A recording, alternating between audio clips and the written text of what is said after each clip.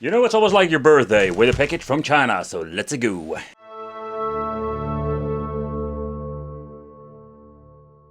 There seems to be they're having 3 different colors, and I went for the red version. I don't know, it just looks kind of cool in the color red. So my first impression, I can tell you that this thing is really cheap. Yeah. So first of all, there is no shoulder buttons. The form factor is not comfortable at all. At the back, we do have ourselves the BL5C replaceable battery. And what I find kind of cool, and that was also the reason I picked it up, not only the price point, but also having 6-button layout. This is a configuration you don't see every single day. Select, start, and then we're going to get a home button. The unfortunate thing is there's no D-pad. The only thing that we're going to get is this freaking analog stick. Oh yeah, I had a brain fart. There is a toilet paper manual, but there is nothing much that shows what it is. Yeah, you can plug it in, some basic explanations, but it's pretty damn horrible and useless.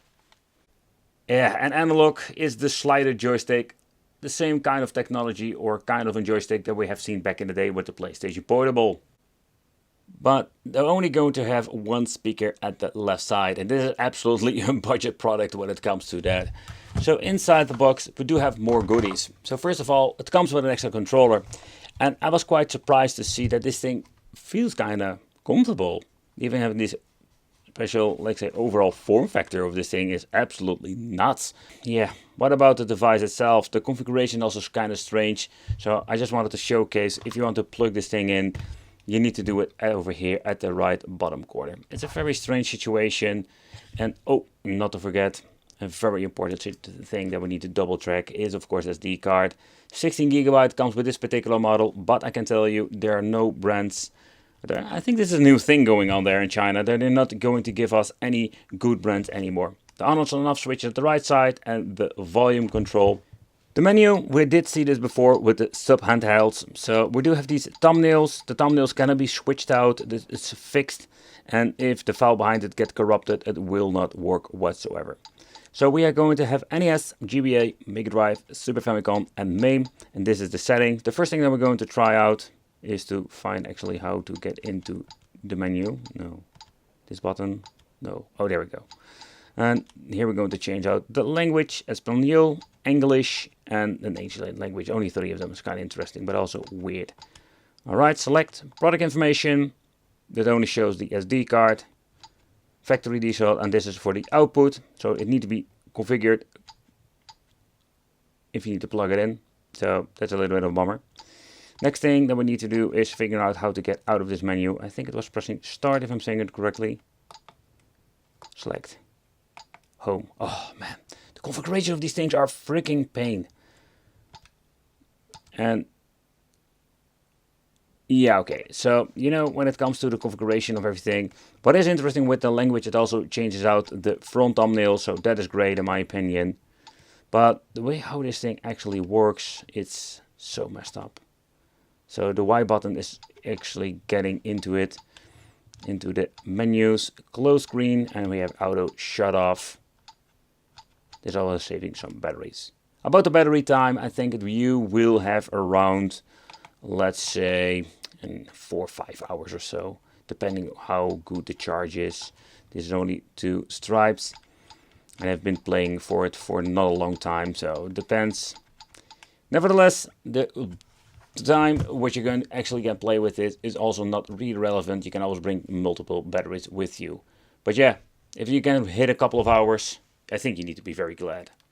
Pressing the home button when actually in the game itself, here we're having the option to make a quick load and quick save and return to the game or exit the game itself, and also showcases the volume control. Okay, so first off, let's start with the, how can I crank up the volume, man? Absolutely annoying this thing. Okay, what's happening over here?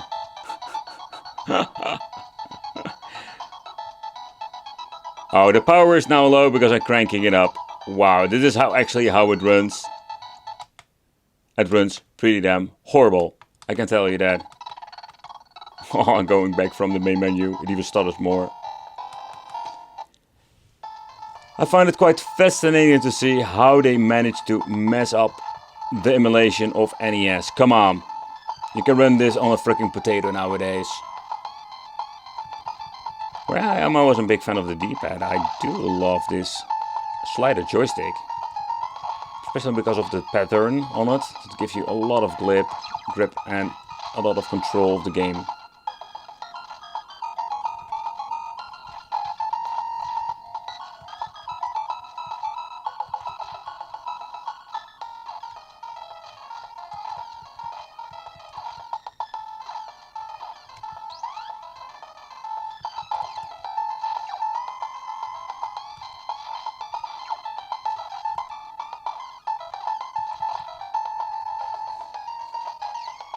Well, next up, let's try to charge it at the same time. Okay.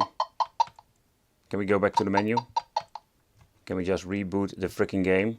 Get at least a freaking overall good experience, because this is horrible!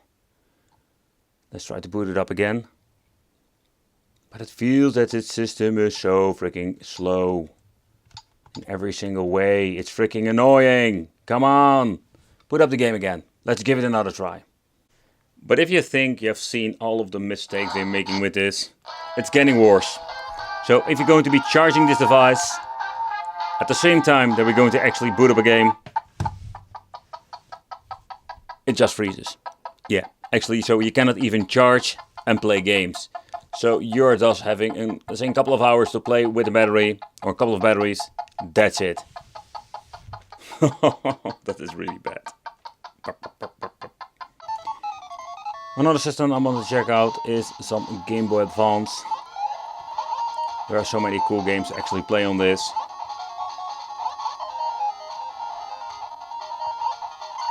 Oh, did I blow out myself? Yep, I did. But this is such a fun game. Boy, man, is so cool. Absolutely cool.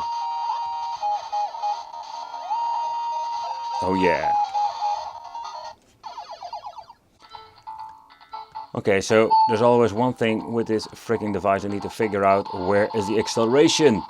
Yeah, because all of the buttons are completely messed up in my experience. So where we do have like a pretty damn bad emulation for NES, and GBA wasn't that great. For the Mega Drive part, it seems to be working just fine. The PFK game. The next thing that we need to do. No. What you're going to check out is loading. There we go. That was the last part I was reading there.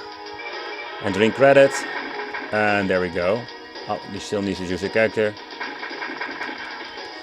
Oh boy, this plays absolutely horrible. This is just unplayable with this freaking long slider joystick.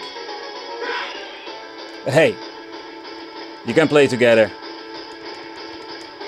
It will automatically recognize the second player. But you can only use it actually like the second player. It's time to rip and tear when it comes to the device, and this is one of those difficult ones, simply because there are no screws holding this thing together. So I always like to be very gentle, getting my prior tools. So let's remove this SD card, because it's also a non-branded version. So if you're going to be breaking it, this system will be completely useless, because that's another problem of these devices. And let's be very gentle to open it up, and I can tell you this is going to be a challenge. So with a cheap device like this, it's not going to be a big pain if I'm going to destroy something. So the construction is quite interesting, but also a bummer at the same time, because they sanded off completely all of the freaking information of the chip itself. Yeah, there's nothing much to see. Volume control is going to be straightly assembled on the device. So the next thing that we can do, what is maybe interesting, we can remove the frame over here. So this is basically how this thing is put together. So the frame holds the back plate. I would think that make something that you can just slide off if needed. But yeah, let's be honest, besides doing a teardown for review, there is nothing we can actually do with this. And I mean particularly when you're looking at the replacement parts. The only thing you can see there is the speaker. Let's check out what happens if we're going to be removing all of these freaking tiny screws. And let's check out if we can get some cool things going on. We can remove the frame over here, but he doesn't want to get loose that easily because it's still stuck somewhere. Man, this thing is absolutely a disaster to remove.